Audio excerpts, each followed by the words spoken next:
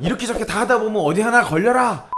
안녕하세요, 면접형 면접바 영입니다. 오늘은 공기업이냐 사기업이냐 그것이 문제로다 라는 질문에 대해서 이런 고민을 갖고 계신 분들을 위한 영상이에요. 자, 요즘 취업이 워낙 어렵고 경제 자체가 뭐 사실 많이 안 좋죠. 그러다 보니까 공기업으로 눈은 돌리고 뭔가 공기업도 같이 준비해야 되는 거 아닌가? 라는 생각을 하시는 분들이 많으신 것 같아요. 그러던 중에 갑자기 인국공 사태가 터져버렸네. 그러니까 더더욱 이렇게 가야 되는 거 아니야? 이런 생각 하시는 분들이 있을지 모르겠어요. 자, 물론 이 질문에 대한 정답은 없습니다. 여러분들이 후회 없는 취업 그리고 성공하는 취업을 하도록 돕는 것이 저의 역할이기 때문에 이 부분에 대해서 여러분들이 절대 놓쳐서는 안 되는 몇 가지 관점과 방법을 소개하려고 해요. 자, 사실 우리가 일반적으로 생각하는 공기업과 사기업의 차이는 뭘까요? 공기업은 안정, 사기업은 도전, 뭐 이런 거겠죠? 저희 커뮤니티에 있는 수많은 리팬분들도 사실 두 가지를 같이 준비하시는 분들이 있어요. 그게 뭐 잘못됐다고 얘기하지도 않고 그거를 막 말리지도 않아요. 근데 이 부분에 대해서 저의 의견을 말씀드리면요, 결국 합격 확률을 높이고자 이렇게 하는 건데 결론적으로 합격 확률은 떨어진다. 이게 제가 지금까지 지켜본 결과입니다. 쉽게 말해서 전략적이지 않다는 얘기예요. 거의 이런 마음이야. 이렇게 저렇게 다 하다 보면 어디 하나 걸려라. 걸리면 갈 거야. 막 이렇게 생각하시는데 이 두 개 준비가 너무 다르죠. 뭐 NCS가 직무적성 검사가 뭐 비슷하니까 좀 다르다 뭐 이럴 수도 있는데 기본적으로 막 자격증 같은 것도 너무 달라요. 뭐 한국사, 컴활. 아니 어느 기업이 일반 기업이 한국사랑 컴활을 보겠냐고. 안 봐. 필요 없어. 그래가지고 이력서에 뭘 쓸 때 여러분 자격증 막 다 넣잖아요. 저 같은 경우는 지원자의 이력서를 딱 보고 컴활이나 한국사 자격증이 딱 이렇게 있잖아요. 그러면 대박에 그거부터 물어봤어요. 공기업 준비 얼마나 하셨어요? 이거 물어봐. 근데 뭐 이 사람이 뭐 처음 어버버 하겠죠. 대부분 준비한 적이 없대. 그럼 이거 왜 땄어요? 물어보면 공기업도 생각을 해본 적이 있습니다. 이제 그러면 그때부터 질문이 어떻게 꽂힙니까? 왜 공기업이 아니라고 생각했어요? 언제 그렇게 느꼈어요? 그러면 사기업은 확실히 맞나요? 당신의 직무 강점이 뭐예요? 뭘 준비했어요? 인생의 꿈이 뭐예요? 막 여기까지 그냥 막 가는 거예요. 그러니까 여러분들이 이게 애시당초 발을 어떻게 들여놓는가 굉장히 중요하거든요. 제가 필살기 하는 이유도 애초에 어떤 질문을 받도록 판을 까는가가 우리가 면접을 한 번에 합격할 수 있는 전략이기 때문에 그런 거예요. 그리고 면접이라는 게 결국 사람이 하는 거잖아요. 이 선입견이라는 게 있어서 한 번 의심의 누출을 딱 이 안경을 쓰잖아요.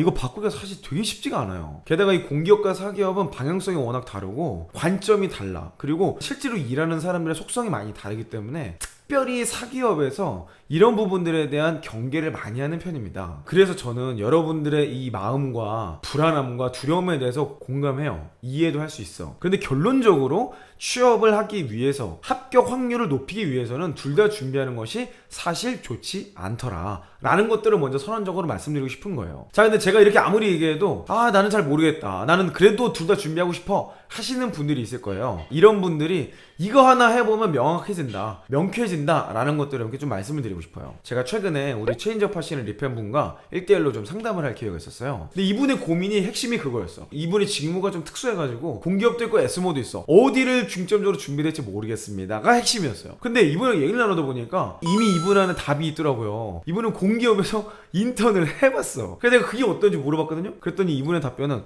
근데 막상 해보니까 공기업 진짜 저랑 안 맞더라고요. 너무 명확하게 나와. 안 맞는 이유가 뭐예요?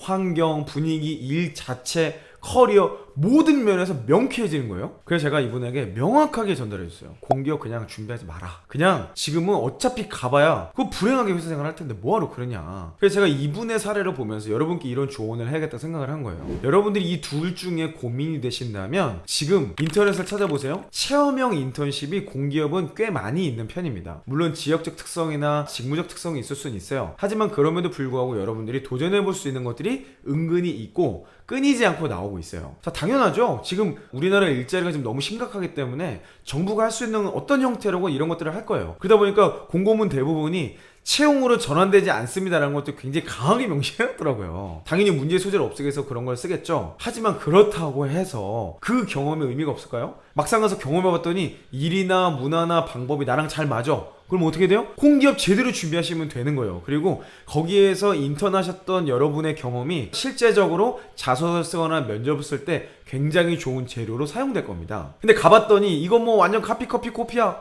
이거 뭐 그 예전에 무슨 뭐 등 갈아주고서 뭐 오고 막 이틀하고 막 요즘에 이런 이틀은 많이 없어진 것 같은데 일단 그 사무 환경, 근무 환경에 가서 분위기를 보는 게 중요해요. 그리고 사람들이 어떤 사람들이 일하고 있는가, 나랑 좀 비슷한 라이프 스타일인가, 나랑 비슷한 생각을 하고 있는가, 또 일하는 처리 방식을 보니까 내가 꼭 대단한 일을 하지 않더라도 일하는 전체적인 맥락과 프로세스를 보니까 내가 할 만한가, 재미있는가, 내가 여기서 10년 20년 다닐 수 있을까 라는 걸 생각해 보세요. 여러분, 공기업은요 이직이 없어요. 어떻게 이직을 하겠어. 물론 이직하는 분들이 있어, 사기업으로. 또는 공기업에서 공기업으로 가시는 분 정말 소수가 있긴 있어요. 제가 그런 분들 코칭하고 있거든요. 그런데 굉장히 일반적이지 않아요. 그래서 여러분들이 그것 자체를 뭐 사기업처럼 무슨 커리어를 이직으로 간다 이거 아니에요. 그거 생각하시면 절대 안 돼요. 그래서 공기업을 준비하시는 분들 중에 불안하기 때문에, 안정적이어서, 또는 뭔가 해보면 될 것 같아서 이런 생각으로 그냥 가보시는 분이 있다면 저는 장기적으로는 굉장히 안 좋다, 여러분의 재능과 강점이 묻히기에 너무 좋은 환경으로 가고 있는 게 아닌가라는